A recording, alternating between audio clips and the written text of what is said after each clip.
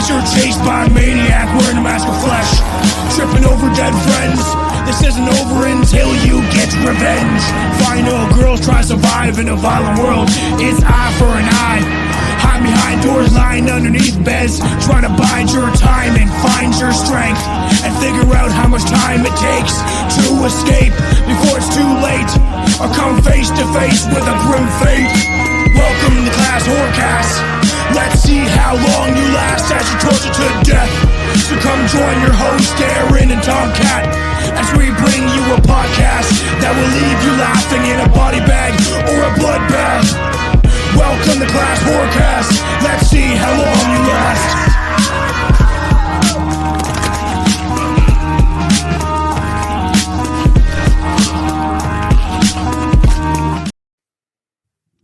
Hello. Welcome back to another episode of Class Horrorcast.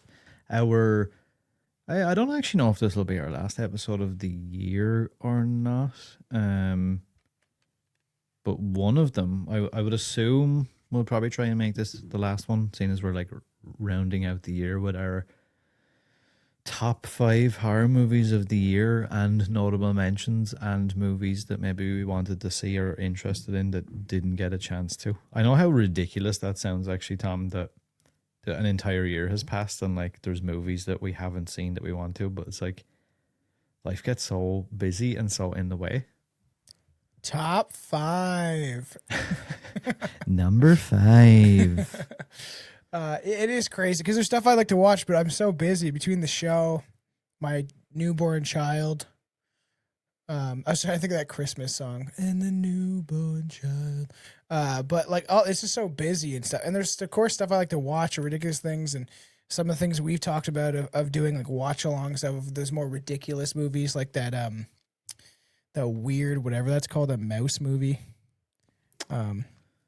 There's a few because there's or like Popeye Mouseboat the Massacre. Slayer Man. And fucking... It's so like I'm like, oh my god. Some of those I would like to watch for fun, but like over some of the ones where I'm like, oh, this looks better at some, you know what I mean? That there's a lot of stuff comes out. I definitely do feel like as well the internet has like rotted my brain from the inside. Like, Yeah. as much as I give out about the stuff, I have become one of those people as well. Like, even when I'm doing mundane tasks now, the amount of times I pick my phone back up and I'm like, why the fuck am I doing this? I know, it's an addiction. The movie I was thinking of Screamboat, which does look weird, and it's like some people just watch it because it looks weird. But that's what they want, Aaron. They want us to be distracted. They need you distracted constantly. You know, it's like, oh, how many movies can you fit in a day? Not very many, it seems, because I'm too busy looking at some dumbass TikTok of someone cleaning their front porch. Yeah, well, because the wife doesn't always want to watch horror movies constantly, which I probably would, but then with doing, like, I'm always doing stuff for the show or whatever, and then she's watching Love is Blind, and then I'm just making fun of all the stupid people on that show. That's a bit rude, Tom. You never know, you could end up on that show. I know, I would. Yeah, I don't think they'd want to know me, you know. Probably not. I'm not going to lie.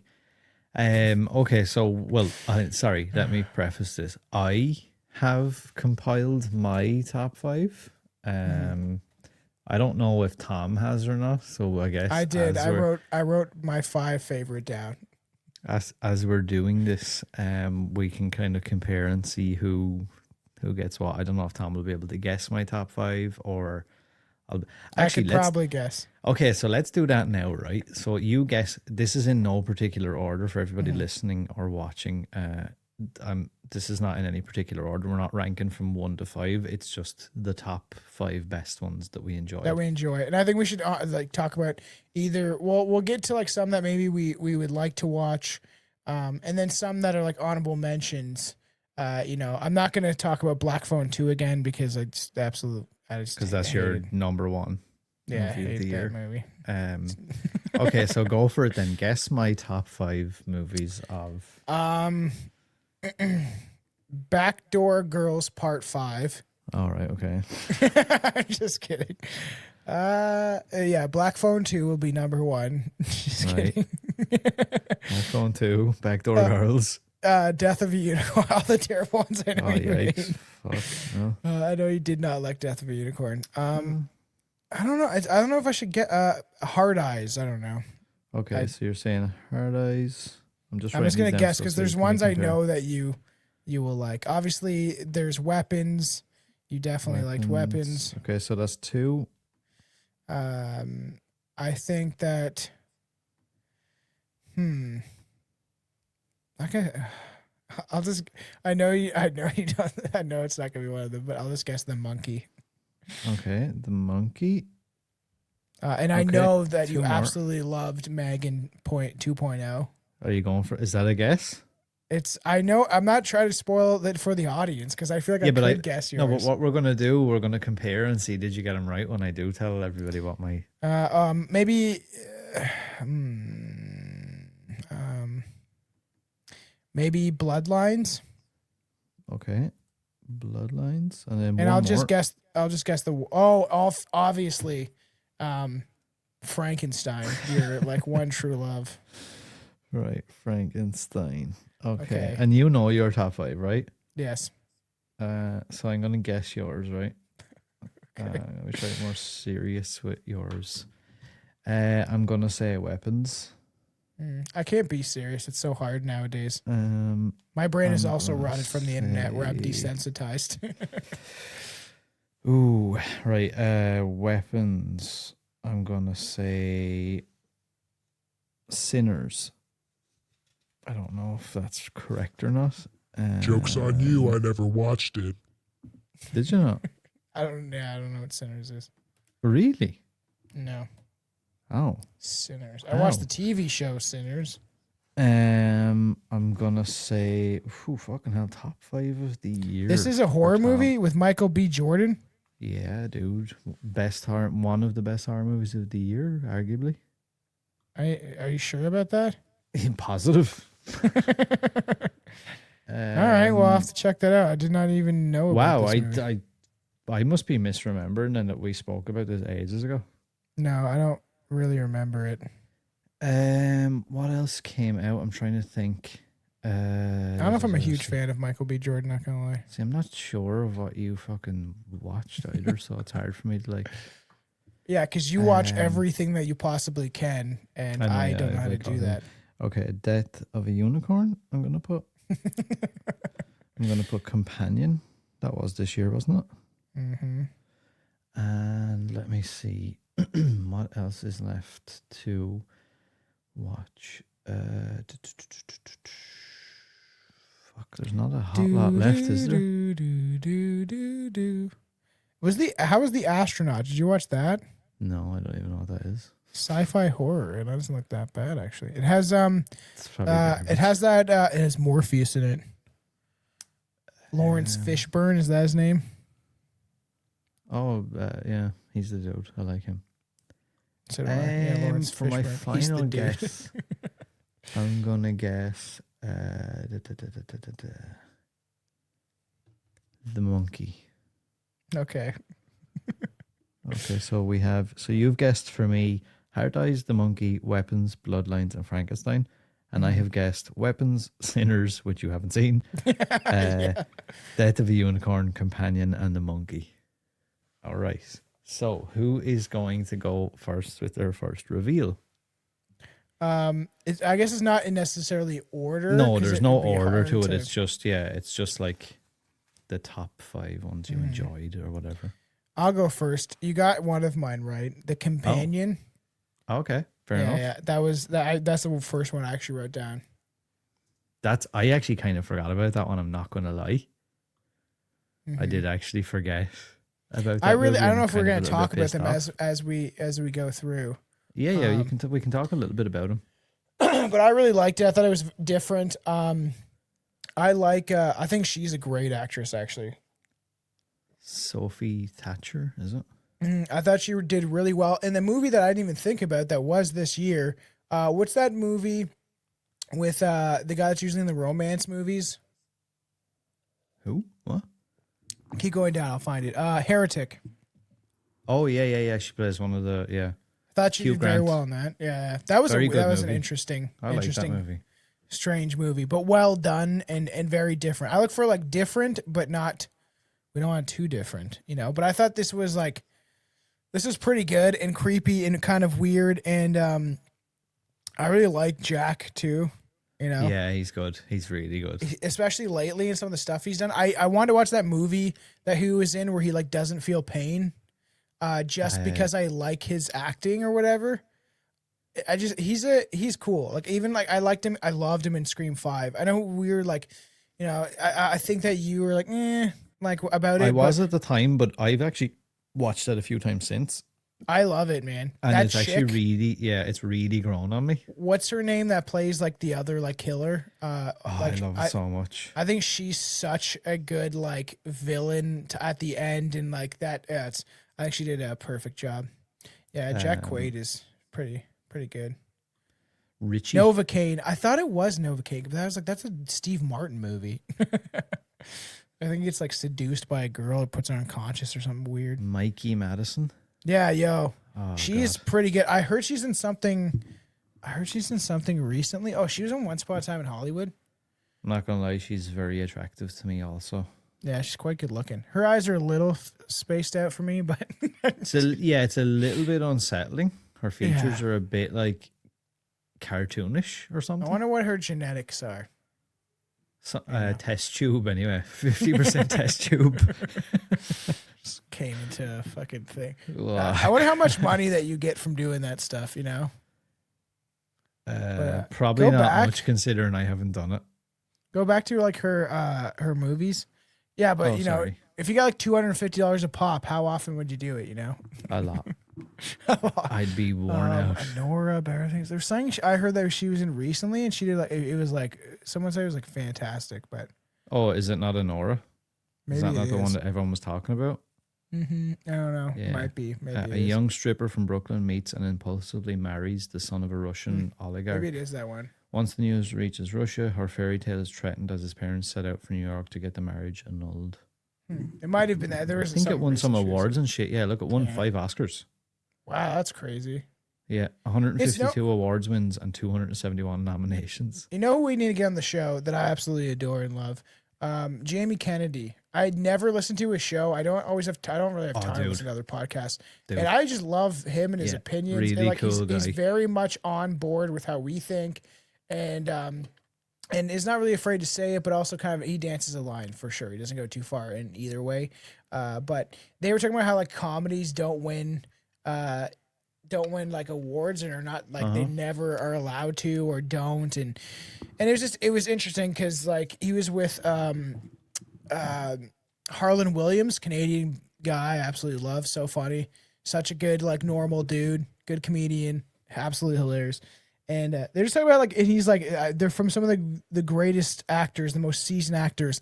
They talk about how comedy is like the hardest to do, and it's like if it's so hard, why isn't there like why can't you have awards for it? You know, realistically, like even there, and like just this idea of like Mike Myers and how his character Frost Powers is perfectly crafted, you know, eyebrow movements, all that stuff. Like that's what they're talking. I'm not gonna rip off them. That's what they're talking about. It is true, right? It's like how much time goes into creating some of those characters that are just absolutely like timeless, and it's just kind of sad, you know.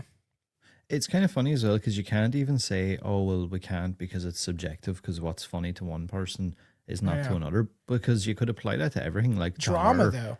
For example, like there's lots of things that I don't find scary that other people literally can't suffer. So it's like you can't really use that idea of like, oh well, you know what, comedy is really subjective. Not really. It's always drama movies that they're like, oh, this is impeccable. Like, sometimes I'm like, this is boring. And I know studios do that as well. That's another thing that's always talked about. Studios will make movies at a loss just to have something to put forward for the award ceremonies. Yeah, it's kind of weird. I quite enjoyed this. That was really good. I absolutely actually like one like kind of loved it. Probably like my number one. Yeah, it was very good. I actually forgot about this when I was doing my list. I'll be honest. Yeah. Just different, great story. I like the tension in it. The kind of where you don't really know what's going on. You think you do, but you don't. And it's like there's like a little bit of a twist. It was really enjoyable, and the acting's on point. That will lose me, right? Watching a horror movies in the 80s or even some of the ones that are slasher films, I can get over the bad acting if it's just like fast paced, enjoyable, kind of ridiculous. That kind of adds like a fun aspect to it. But you know, with movies like companion. It just everything kind of fit perfectly into the puzzle piece to make it a pretty good film. And then it's the whole idea of like, you know, what are we going into in this world, man? It's like with the AI stuff is crazy, but I guess we'll find out. Yeah, it's kind of freaky. Yeah, I would agree with that one. That's actually a pretty good addition to a top 5. I actually forgot about that one the minute you said it. I was like, shit, that did come out this year. Damn. What was your that came first out in one? like January last year. So again, not in any particular order. Yeah. I will go with one to give you a tick on your list of guesses. So we're 1-1 at this stage. And I get that my sound effects back. I don't have my cheering right. is Weapons. Zach Yes, Kreger's we both Weapons. chose Weapons. We both chose it. Oh yeah, I also guessed that for you. So that means I'm 2-1 up. Yeah. So like, you know this. So we've spoken about a bar one particular piece. I loved Barbarian as well. I have so to this rewatch it. This was right up my alley. I can't really fault much about it. I'll be totally honest. And I'd written down some things that kind of mirror thoughts I've had before about this. This movie is another one of those ones from this year that proved that original horror definitely has a place.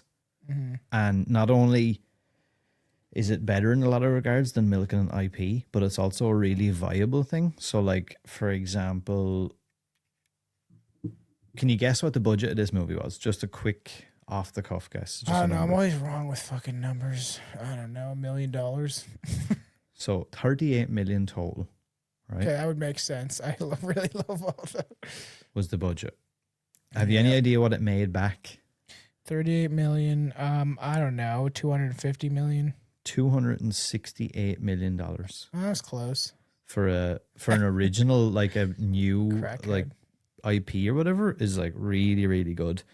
It shows that people want something different, something new, right? You just need decent actings and decent writing and a good idea.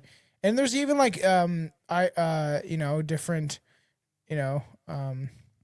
these like movies that have, already existed that they could redo well, but they like a lot of times they just change it too much but original ideas, then you can't really, there's no loss really if it's an existing IP, then it's like, oh, you may have ruined that for a while. But if it's something creative and maybe it doesn't hit all the notes, but still people enjoy it. But this one, I think a lot of people just thought it was probably different and new and unique, which it was. And it's just some of that horror aspect of like, like the Chinese or Korean, whatever he is, the Asian man, that was like, has the fucked up face. And he's like those scenes that you're like, what the fuck? You know what I mean? If they get you like that, that's. Yeah, that was like, for me, that was one of my favorite things about it as well, was the fact that, a lot of good actors in it. Yeah, like there's a lot of good actors. There's a lot of good kind of back and forth between the actors. They're all pretty, like in a somewhat unbelievable story and world. They're all actually quite believable, within that universe. Yeah, I agree.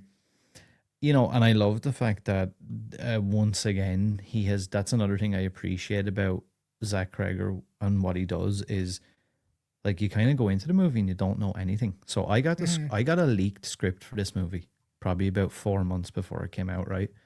And I was like, I really want to read this so bad, but then I'm afraid in case I read it and don't like it, or I read it and I really do like it and then it ruins the first time viewing.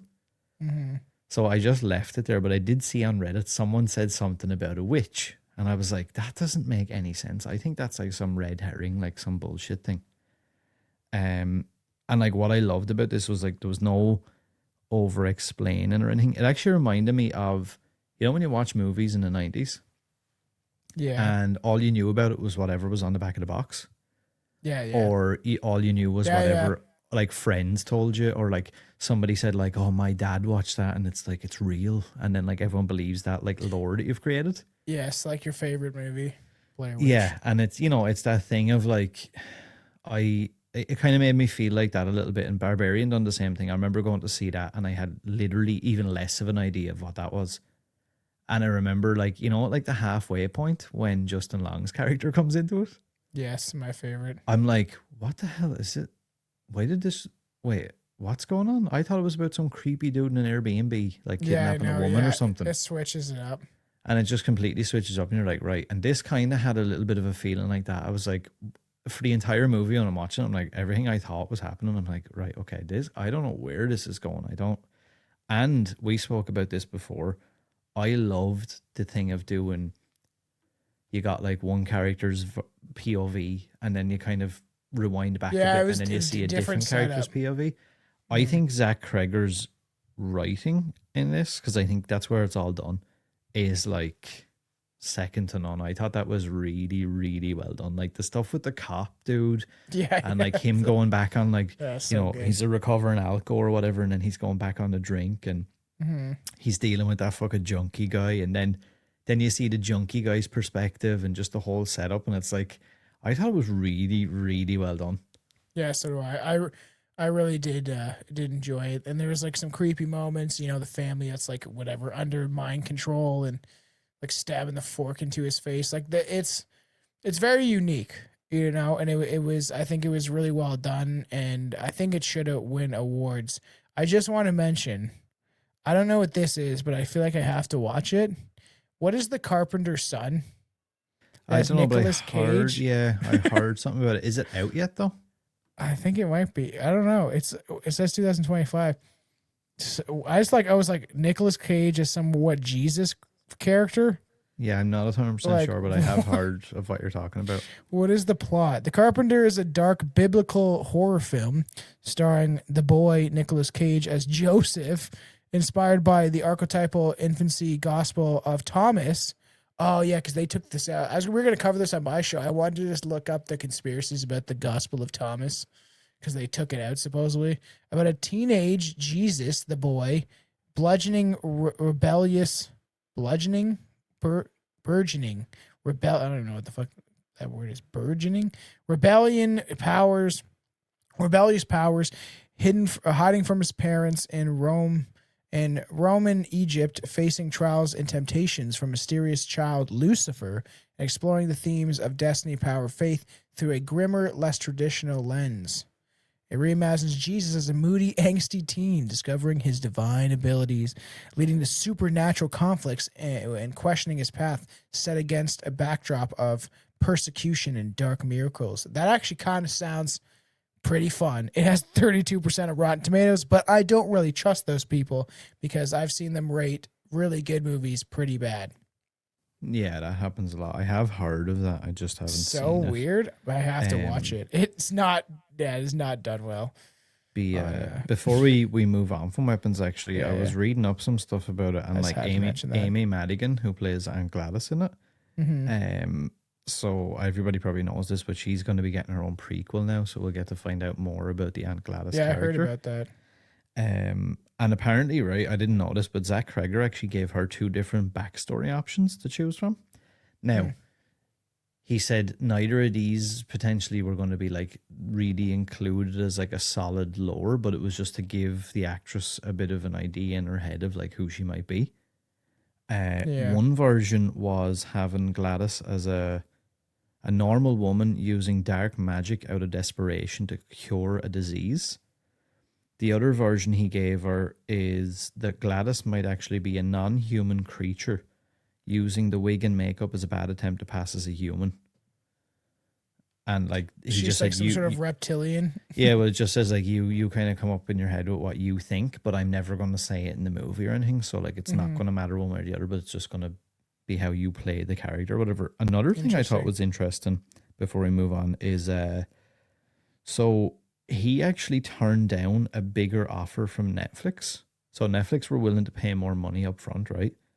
But he turned it down and took a deal with New Line because the deal they were giving him was, I think, pretty much unheard of since The Sixth Sense maybe was the last movie that got like such a kind of a big deal on a second picture like this.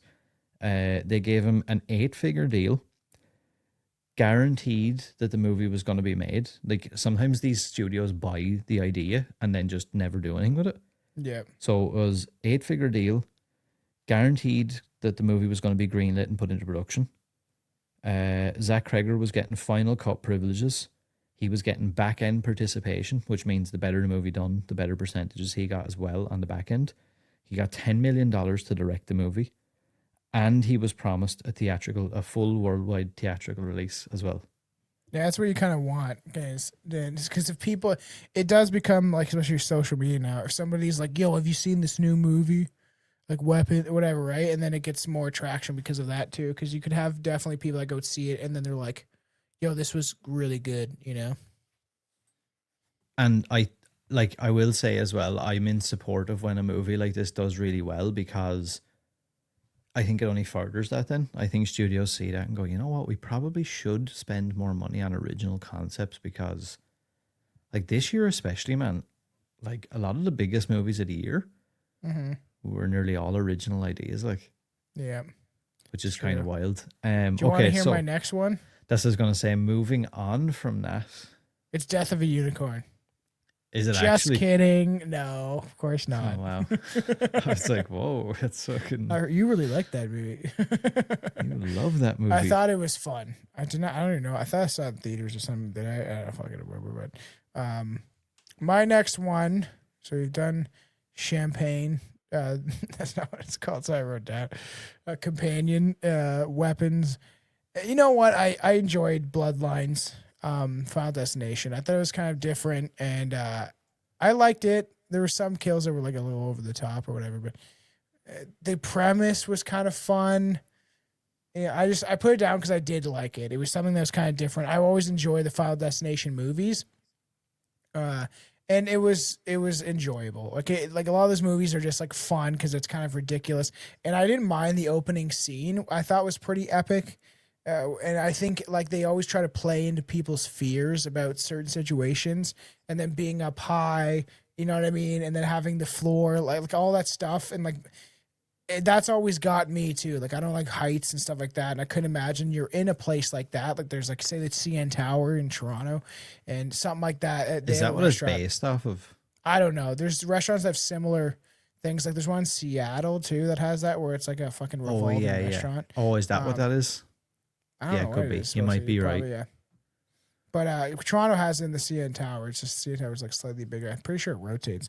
And I think it does because in Kenny That's versus my Spenny, worst nightmare. I know. That's my worst nightmare. Imagine walking up that shit.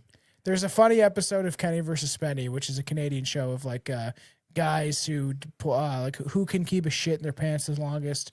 Who can smoke the most weed? Christ. I keep telling Aaron to watch it. It's free on I YouTube. know. It is hilarious. And the one is like they had mini comps, and one was like who could get up the CN Tower first or whatever.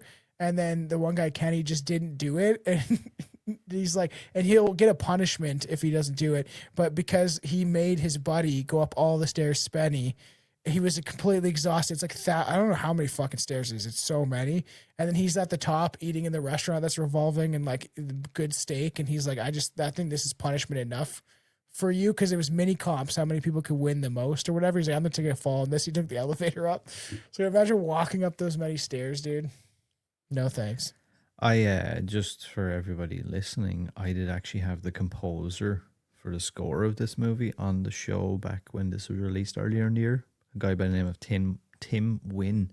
It was actually quite interesting listening to how like a composer looks at a movie like this, and the fact that, you know, and I do think he's right in what he says. Obviously, with him being like on the musical side, he's going to say that that's the most important element. But he was like, you know, saying, watch a movie like this with no sound. Mm-hmm. It has like zero effect.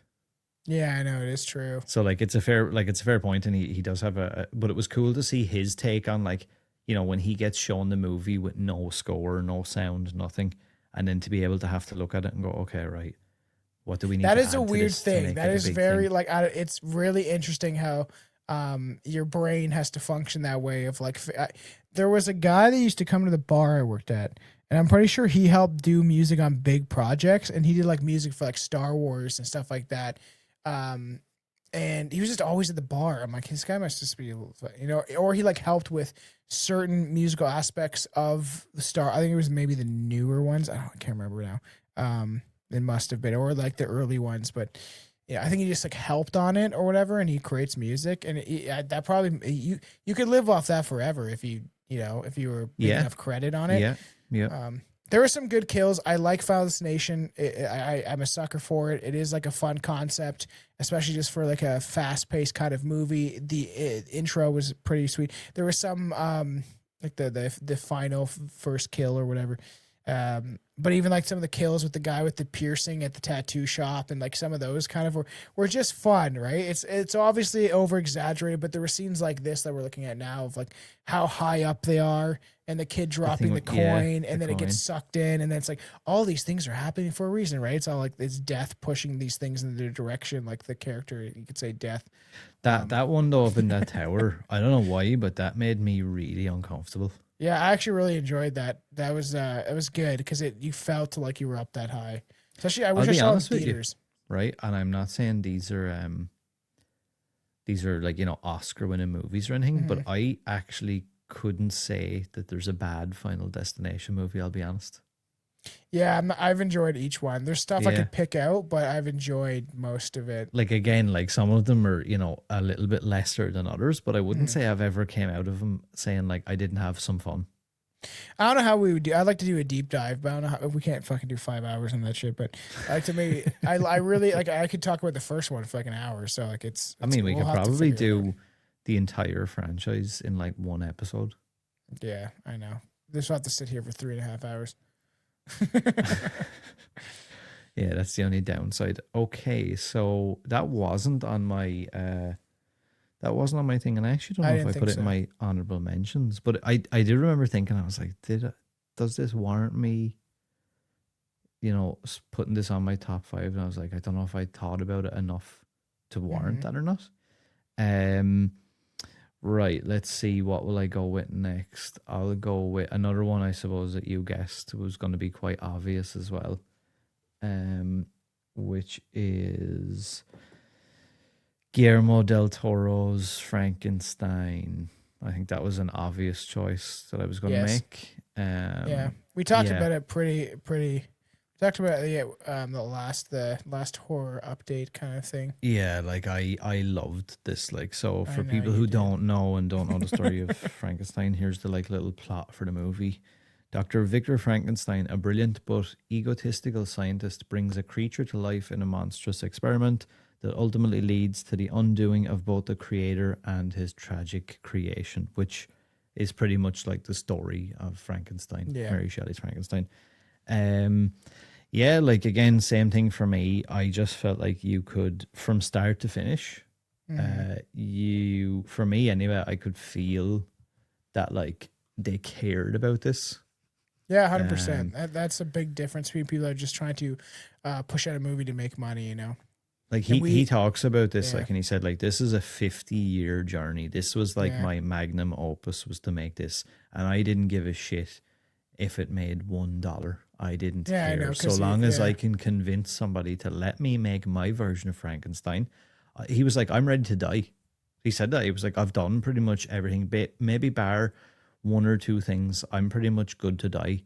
And it's funny because I was listening to Quentin Tarantino talk a few days ago, and he said something similar. He was like, you know what? If I don't get to make my 10th movie, it's not going to matter because I've done everything I've wanted to do. So long as I can get my kids to a point where I know they're okay, like I'm quite happy to just write into which he obviously has done. He has a lot of money.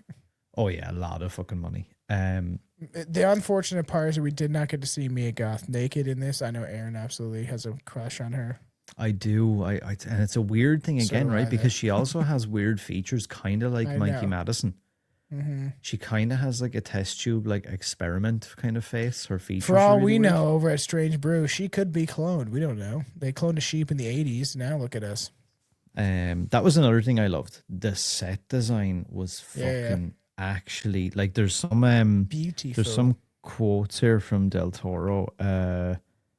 He said, like I had down, I was like, the sets were incredible from start to finish. The ship, the villages, and especially the lab, I thought was absolutely jaw-dropping. The Medusa head that they had in the background of his lab, and just how the lab kind of changes throughout the movie. Yeah. I thought that was great. But Del Toro said when he sat down for the production meetings, he said, I don't want digital. I don't want AI. I don't want any kind of like That's graphic-y good. things at all. So we're not even going to move forward if that's your intention, is to give me AI. I just don't want it. I want old-fashioned craftsmanship. I want people building the sets. I want people hammering, plastering, carpenters. I want people who have actual skills to come in and make That's cool. the sets the way And he would have people got a made lot of them. people jobs too doing that. Yeah, well, apparently they created a huge amount of jobs. Like they went to Scotland, they went all over Canada, very they went to cool. Alaska, and I kind of He like seems that. like a guy that really cares about his craft. Yeah, and like that, I think that's what made me appreciate this. Because sometimes I would say a movie like this is not my thing, but I think the fact that I know he cares about what he's doing, Yeah. regardless of whether you like it or not, Mm-hmm. you can't dispute the fact that the guy cares Cares, deeply about like, I don't want to give you some recycled garbage that somebody created on a fucking iPad and then charge yeah. you money or ask you to pay for Netflix, whatever. Like, I mean, this shit cost $120 million. Do you know how much this made at the box office?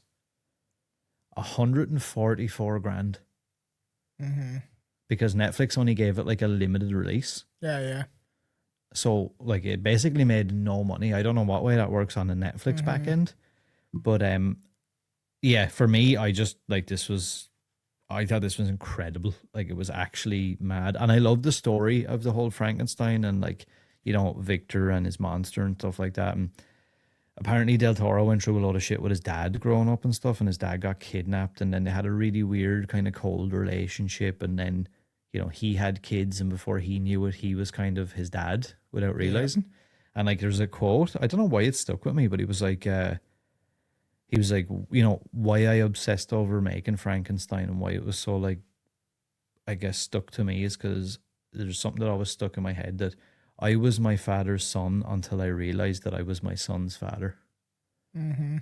And it's like that thing of like, he's like talking about like that generational, like you see it in this, like Victor's beating the shit out of his creation 5 minutes after he's created Yeah, him. that's true. And then he's wondering why he's turning into a fucking monster. Mm-hmm. And it's just like, and then you kind of come to find by the end of it, like that Victor's actually probably the monster out of the two of them. He's a bit of a scumbag. And I don't know, I enjoy it. Goes. Yeah, I I do liked it. enjoy it. I enjoyed it, you know. Also, a quick note, actually, before you mention your next one, I just want to really, really quickly, because this is, I feel like, on topic right now, ask you something. I said there about Netflix and stuff like that, right? And I mentioned Netflix trying to outbid New Line a while ago for a movie. Have you seen that Netflix have bought Warner Brothers? Did they actually do it with that? Yeah. So the only thing they haven't bought was CNN. So I think everything else is going to be Who the owned by Netflix. Fuck watches that to be Paramount bought CNN, and the only reason the Paramount ended up with CNN is because they tried to do a last minute like takeover to stop Netflix, but then they ended up just getting fucked in the end. I think if people watch CNN, they are completely mentally. But that's besides the point. My point is, how do you feel about Netflix buying one of the last few I don't film know. studios? I don't even like Netflix that much, man. This is the point I'm making, right? So the worry that everyone seems to have online is, now that Netflix owns Warner Brothers, right? Mm-hmm. That means that they will own. So let's have a quick look here, right? I just think to that see. like I don't like Netflix that much, actually. Like there's some stuff, the good stuff they put out, sure. But there's a lot of stuff that I don't like, and reasons I will not mention. But Yeah, no, I totally get that, but my point is, right, so what that means now is Netflix is going to own DC Comics, right? So they're going to own Batman and Superman and all that shit, right? give Zack Snyder another chance. They're going to own Scooby-Doo and all that shit, Yeah. right? They're going to own, let's see, Beetlejuice, Looney Tunes, Terminator. They're gonna destroy everything, and they're gonna set it all on fire. Like, dude, like there's so many. Friday the 13th, Gremlins, Harry Potter, It, fucking Mad Max, King Kong, Rocky. Like and the fear everyone has is, what happens now if they just end up eventually owning absolutely everything? Will we not get movies in theaters anymore? I know. I don't want that either. I don't know. I disagree. I don't. Fuck. Whatever. It is what it is. But like, I don't like. I hate the idea though of everything turning into like a Netflix exclusive. I don't like. I don't really like Netflix. I Neither watch do it the I. least. Right. I never use Netflix. So fuck Netflix. Well, I'm saying there's some good things they've put out, but I don't like these corporations. I'm not Yeah, I gonna don't lie. want one corporation to own everything. Well, Viacom fucking owns everything. If you want to get into the conspiracy aspect of it, a lot of that stuff always comes from the same people. But my next one is 28 years later. I was gonna guess that for one of Really? yours, but I probably could have guessed all of yours except for maybe like one or two, but I wanted to mix it up a bit. I didn't guess that one, did I? No. Mm-mm. 28 years later, I'm shocked by that because that is also on my top 5 list, Tom. It was good. I think we should spend more time on it on a full action because we have to cover it because we've covered the first two. So I think it'd be better to leave more of our more extensive thoughts. But it's well done. I like the cast. In my opinion, I know some people might not think I like that it's not really woke or anything like that. Like that's an enjoyable point of it. The acting's great. There's tension. There's like things I have issues with or whatever. I think it's kind of weird. I don't think we need the big dong fucking guy just slapping his dick around, running around. Like that's a little bit just a strange thing that they needed to add for some reason. I get because people would be like naked, I guess, at this point, and there's some stuff we can analyze when we talk about it. But it was a good movie, and it was on pace with the other ones. Very similar vibe. There's different directions they could have gone and what they could have done, but I think overall, as a zombie movie, it's pretty dang good. Yeah, I agree. So I have a whole page of my thoughts because this is another one I could go off on, like Frankenstein. But I don't have all night, Aaron. maybe I'll not do that if we're going to Yes. cover it at some point. Because We also, can cover that in the new year. yeah, because in 3 weeks' time or 2 weeks' time, 28 years later, the Bone Temple comes out. Seriously, they already did it Yeah. that quick. Yeah, it's coming out, and number 3 has already been greenlit. Wow. So Cillian Murphy or Cillian Murphy is coming back for the final part. Wow, really? That's weird. Yeah, it's already been greenlit and everything. So yeah, I'm going to a screening of that in like on the 13th of January, I think it is. It's like the Sweet. Irish. I don't know if we premiere. should cover both at the same time then. I'll try to watch it. Yeah, I mean that would probably work. We'll do like an episode with just both of them. But yeah, much the same as everything you said.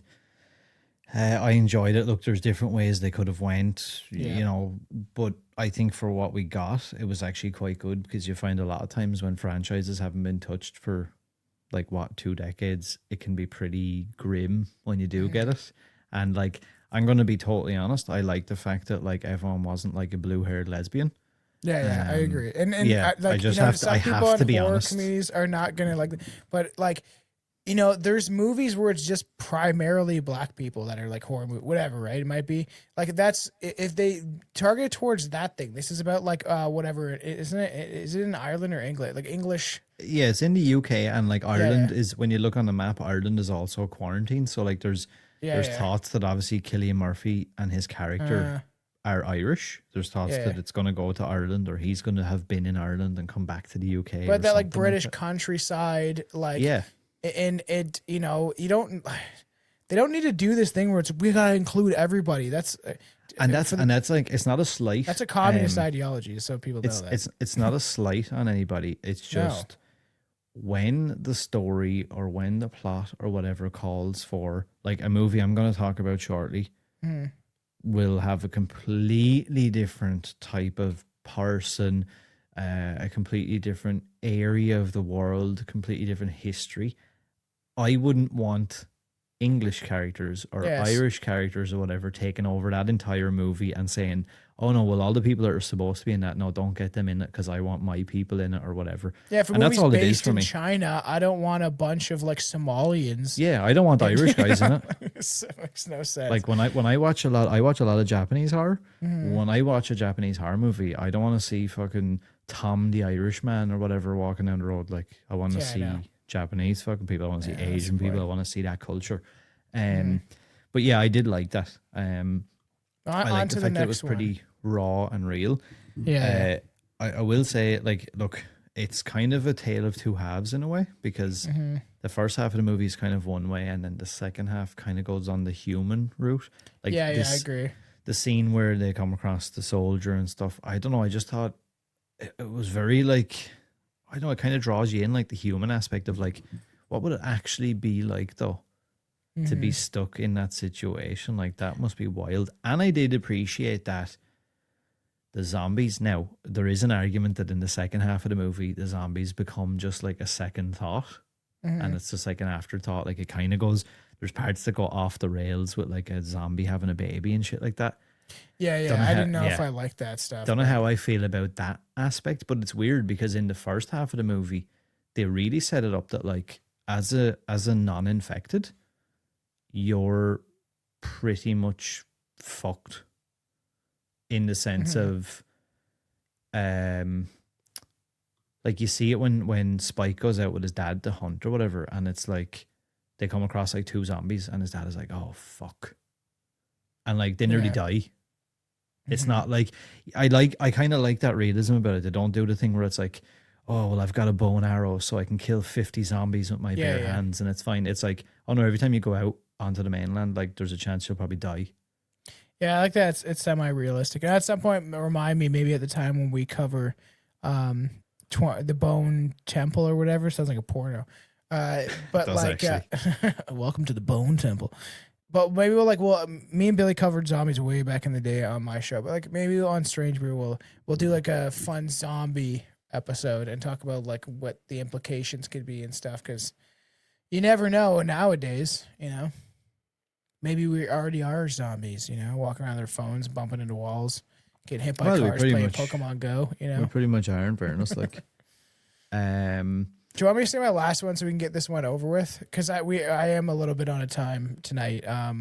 But that's, I would say, Bring Her Back. I really enjoyed that. yeah, that Pretty- was a good one.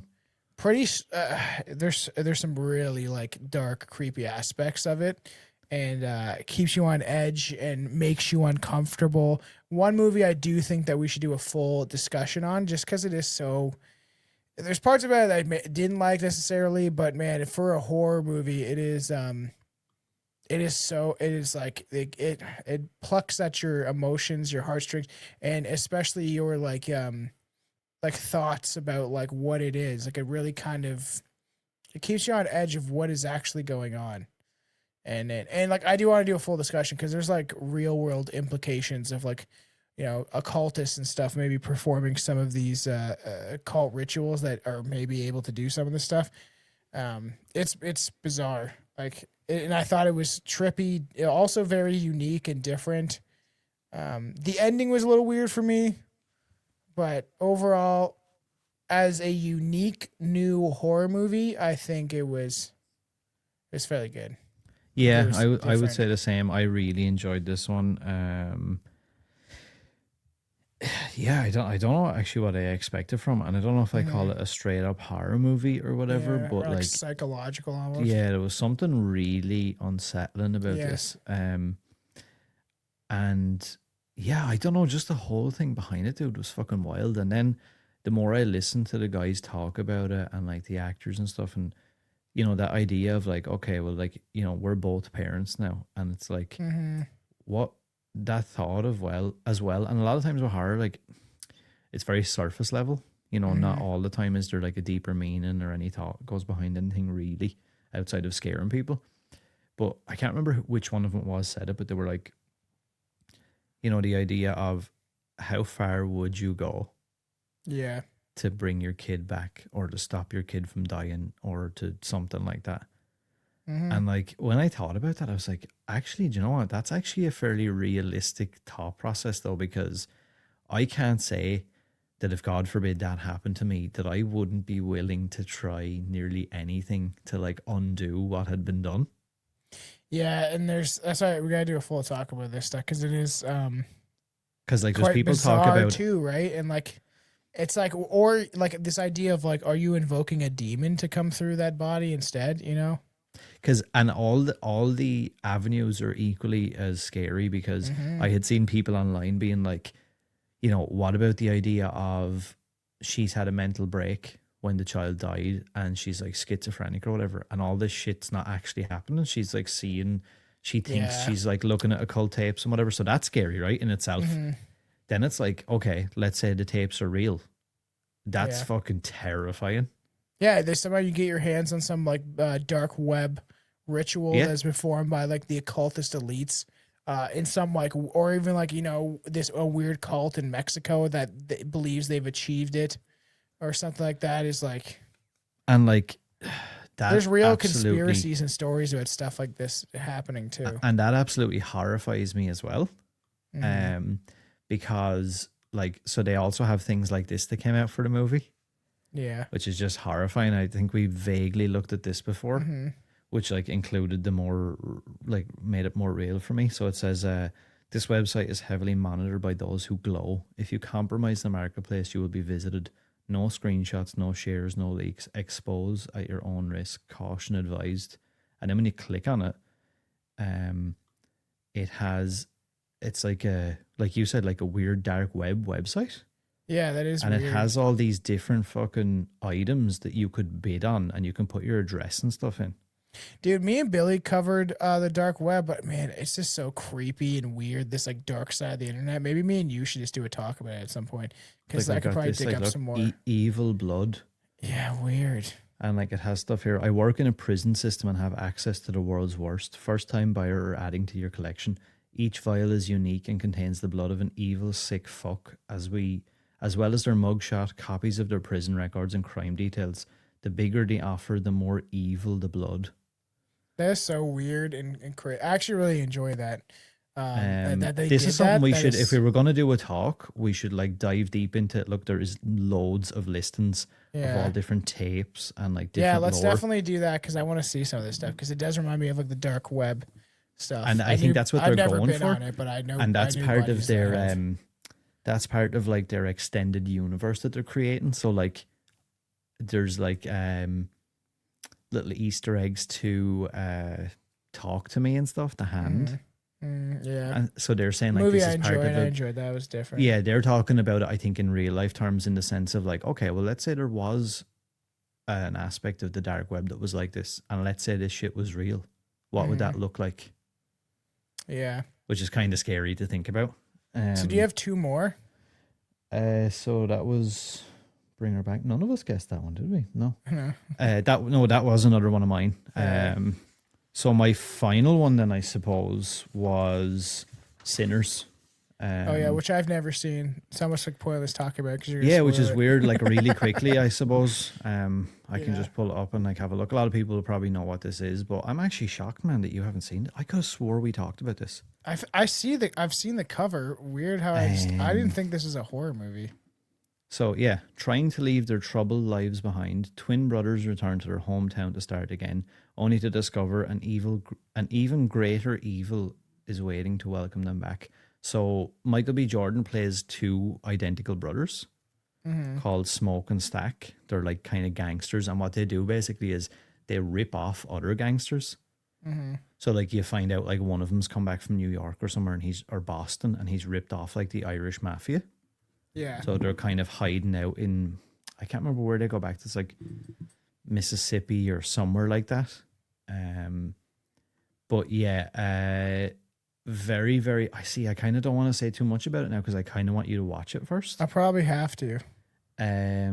There's lots of different like folklore and like, I can't. Yeah, let's not say anything. Maybe Okay, you'll watch it I'll- over the Christmas yeah, period, I and we can will. do a 45-minute episode on it, because I think this is another one we would have probably lots of cool talks about, because there's a lot of lore and myth and real life stuff that they brought into the story. I'll So I'm check it gonna out. I'll take it off screen because I Did you watch Until Dawn? Did I watch? No. I haven't did. watched it either. I did. Did Sorry, you yeah, it's like based it? on the game. It's okay. It's Yeah. only okay. I wouldn't pay for it if it was free. Yeah.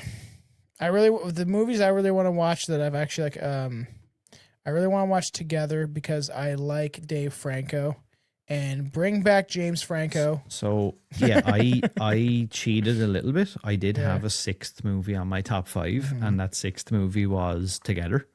Don't tell me about it. No, I won't say too much. But like Dave Franco obviously is one of the leads, and Alison Brie, which is his real life partner. Yeah. So like that makes for I think that's how the chemistry works. Yeah, it looked good. It looked enjoyable. And just to give people, we won't jump into because we might do an episode on this as well, because I feel like if Tom watches this, he might want to talk about it. But the story follows Tim and Millie, a long-term couple whose relationship is clearly on shaky ground. They decide to move into a remote countryside home, hoping that a fresh start and some isolation might help them reconnect. Instead, the move begins to expose just how emotionally stuck and dependent they've become on each other. Yeah, it looked very, trippy, yeah. dude. Dude, I didn't think now. I kind of went to it because I was like, you know what? It's another kind of original horror. I'll go see it. I'll try and support. And wasn't expecting to enjoy it. And I came out of it going, wow, that was really fucking interesting. Okay, good. What is him?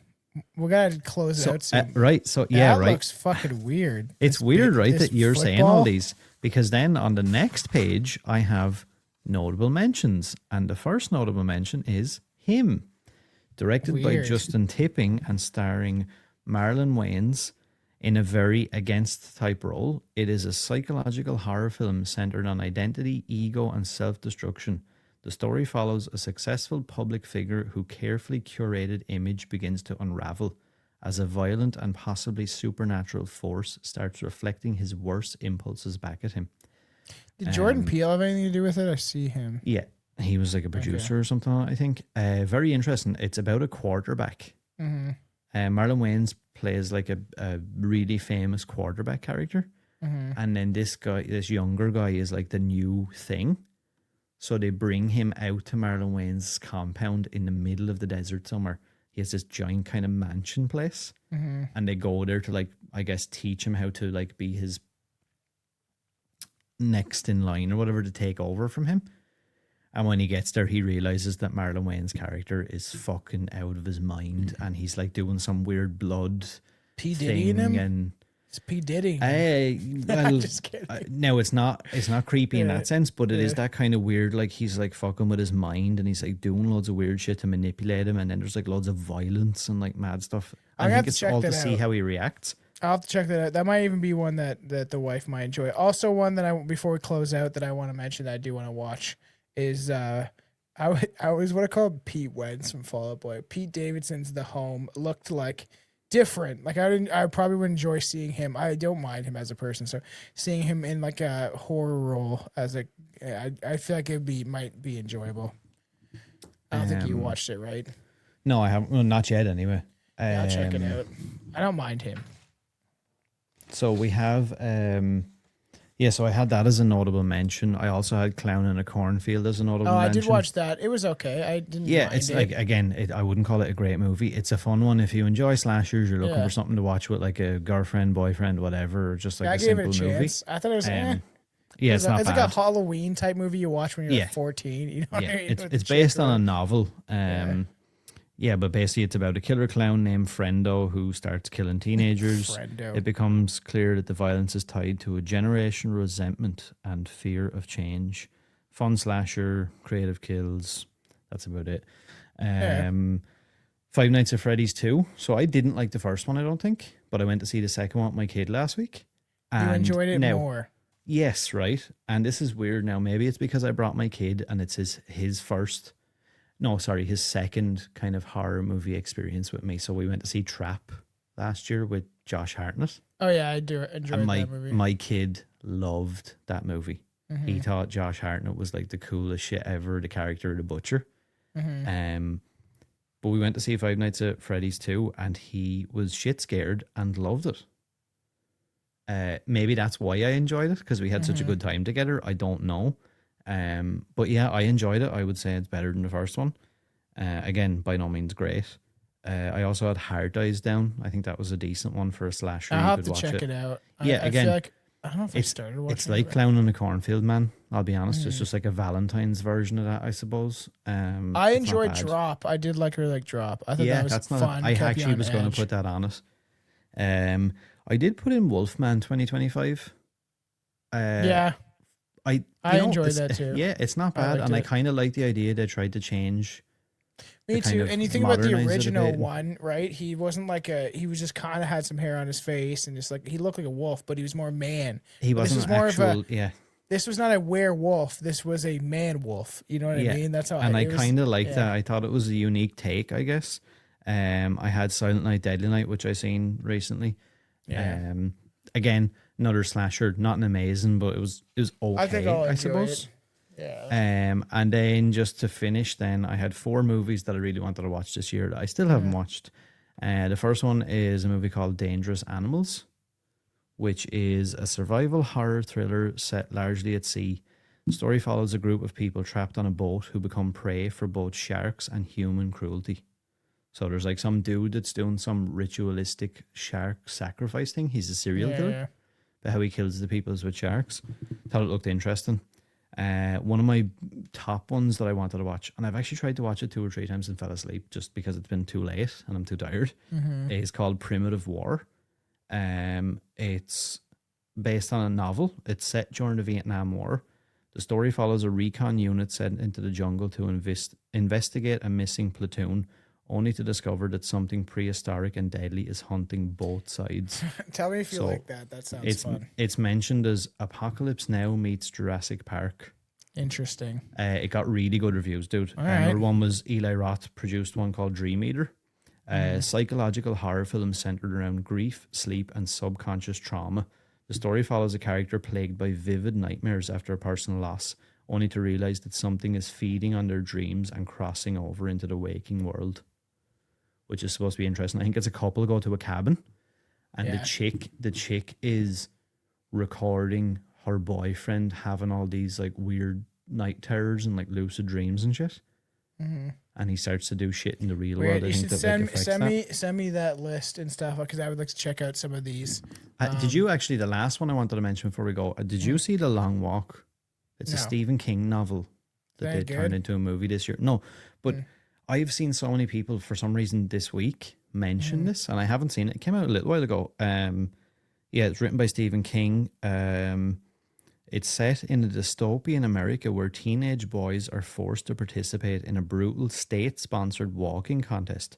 If they slow down too much or stop, they're executed on the spot. Oh, that sounds weird. I might check that out. Yeah. Send me a list of those so I can check them out.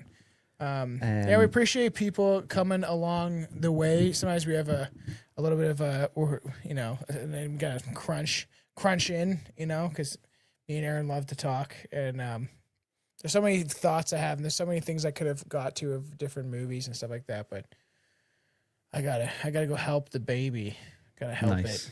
Your baby needs help.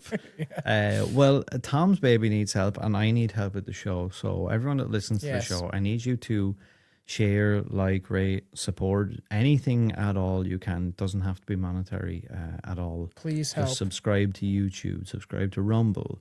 Please help. Help. Subscribe to us on Spotify, Apple Yes. Podcasts, wherever you listen to it. Interact with us on Instagram, fucking Twitter. 5 I don't stars. care. I really don't care at this point. Just something. Show us you're out there. Show us Yes. you care. Because I'll be honest, I do. When I have episodes like this, and you know, maybe it's not this. It doesn't seem the same. But when I get to kind of nerd out a bit, I go, this is why I do this show. This Yeah, is why I 100%. like This is we'll start maybe having some more fun conversations like that about some of our favorite movies. Or there's tons of stuff that I want like to cover with Aaron. Like I keep pushing for People Under the Stairs and stuff like that, and just like some of the more iconic films, or maybe shifting and doing some like top 5. Number 5. We could do like top 5 butthole shots. You know, first is Psycho for sure. Just kidding. Fair enough. But yeah, so make sure to interact with us and whatever. We appreciate all the love and Yeah. likes and support and stuff over this year so far. And Thank you know, you. I hope we continue that going into next year in 2026, because we'll have lots of stuff to cover next year, and hopefully lots more exciting If the world stuff for doesn't the blow show. itself up. And even if it does, maybe we'll be in an underground bunker and we'll be on some pirate like frequency that you can still hear us. Yeah. Maybe you're listening to this in the distant future. Maybe we're all in sleep pods in the Matrix, and somehow Could you've be. discovered a fucking USB off the darker web now, and you're listening to me and Tom. This is the year 2025. This is what Number life was 5. like. This is what life was like back then. But no, all joking aside, we do appreciate everyone for listening over the course of the year, and we hope to see you Thank you. back in 2026. Thank you. That's it for thank this year. Let you. us know what you thought of horror in 2025 and what you're excited for next year. Let us know. Show your support and love. Goodbye, Peace. everyone.